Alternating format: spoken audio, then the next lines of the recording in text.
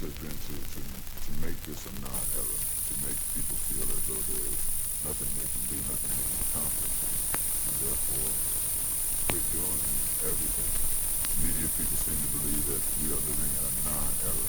Seems to me the vibration historians of the future will have nothing to look back on and identify the 70s with. Historians of the 70s currently are busy reviewing and recounting what happened in the 60s to people who were here and already know.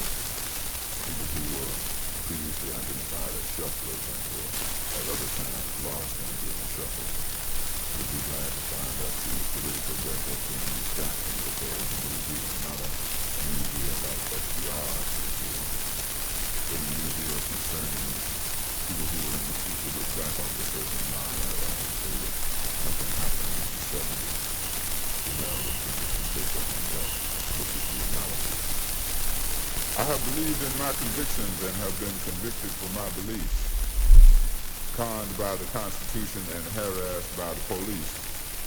I have been billed for the Bill of Rights and treated like I was wrong. I have become a special amendment for what included me all along, like all men are created equal. Well, no amendment needed there. I have contributed in every field, including cotton, from Sunset Strip to Washington Square. And back during the nonviolent era, well, hell, I was the only nonviolent one.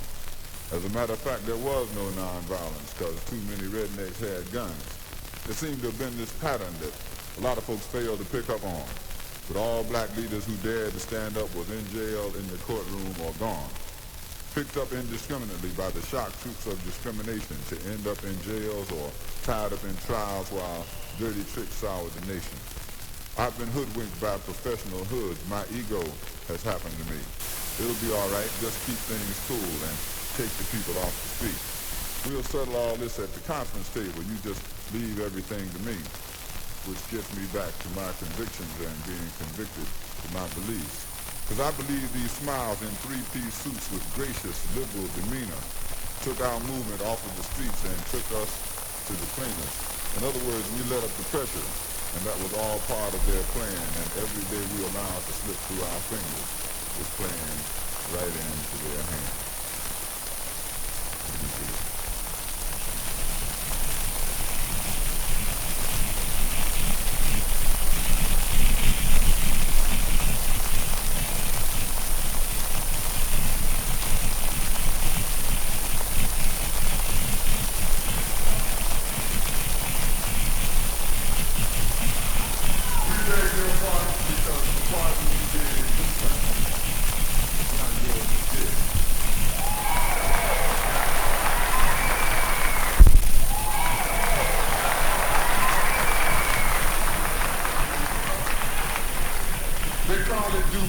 And some people are overdue. We beg your pardon, America. Somebody said, brother man gonna break a window, gonna steal a hubcap, gonna smoke a joint, brother man gonna go to jail. The man who tries to steal America is not in jail. Get caught with a nickel bag, brother man. Get caught with a nickel bag, sister lady, on your way to get your hair fixed. You'll do Big Ben. And Big Ben is time, but a man who tried to fix America will not be time. Said they're going to slap his wrist, going to retire him with $850,000 and America was shocked. America leads the world in shocks.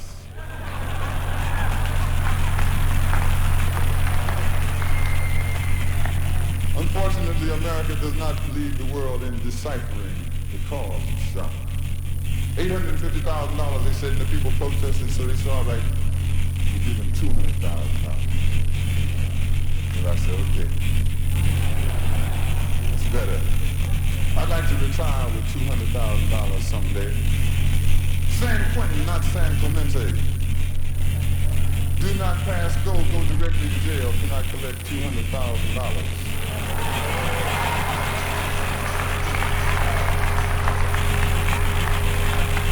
We beg your pardon, America. We beg your pardon because somehow the pardon did not sit correctly. What were the causes for this pardon? Well, now they had to invite us. Rats bite us, no pardon in the ghetto. They had national security. But do you feel secure with a man who tried to steal America back on the streets again? What are the results of this pardon, though? Because remember, when there's causes, there's results, and the results is always deeper still. We now have Oatmeal Man.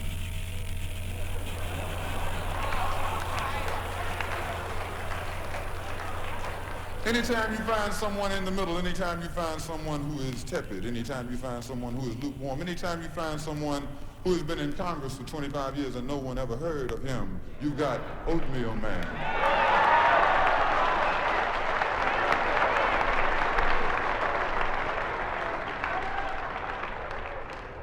Oatmeal Man straddling uncomfortably yards and feet of barbed wire. It's hard to live in the middle all the time. Oatmeal Man, the man who said you could fit all of his black friends in the trunk of his car and still have room for the Republican elephant. Oatmeal Man. But there was no crime committed. Oatmeal Man says that America, in 1975, your president will be a 1913 Ford. Regressive. Circle up the wagons to defend yourself from nuclear attack. Oatmeal Man. Reminiscent of 1964's AUH-2O Gold Watr. Thank God he didn't win, but Oatmeal Man didn't win. Did you vote for him? I didn't vote for him. But that's the first result. And the second would be the dread result. Doubtlessly being promoted for the job he did at Attica. 43 dead and millions of Americans once again in the shop.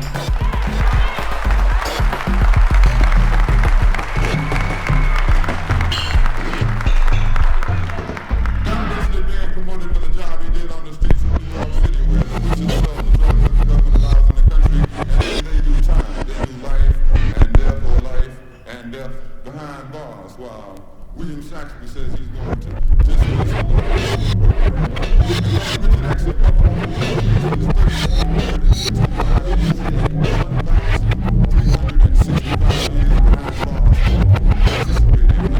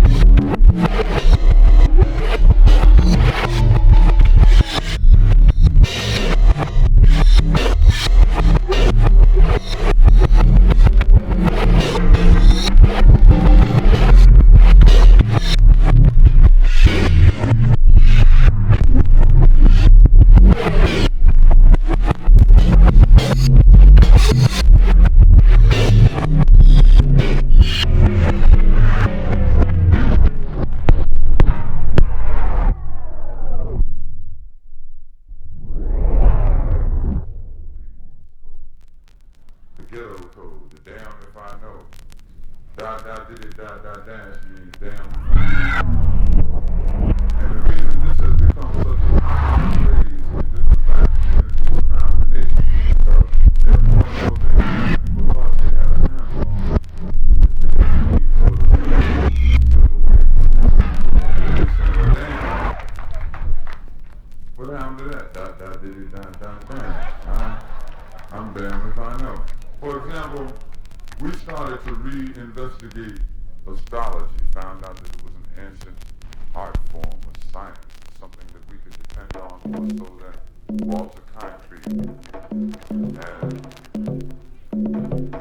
And got into a vibration related to how the things were done in terms of astrology. So people started to memorize their charts, organize them for their days and planning their week, etc. Then they found out somebody had been messing with the calendar. Because there's a month in our calendar called July that was slipped in there to honor Julius Caesar. There's a month in our calendar called August that was slipped in there to honor Augustus Caesar.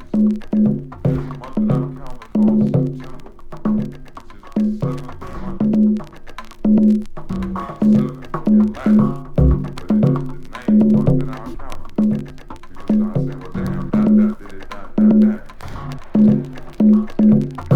They found out October, involving themselves in the romance language, October means 8. Very something October,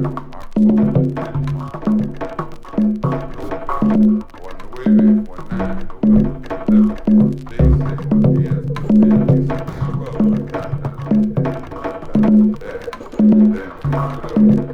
and I believe that the problem has originated right here in February.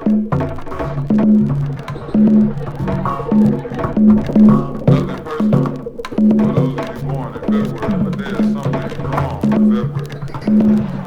I have been watching February closely, and I have never quite been able to get a grasp on where February is coming from. Because it would seem that it takes at least 30 days for it to be a month.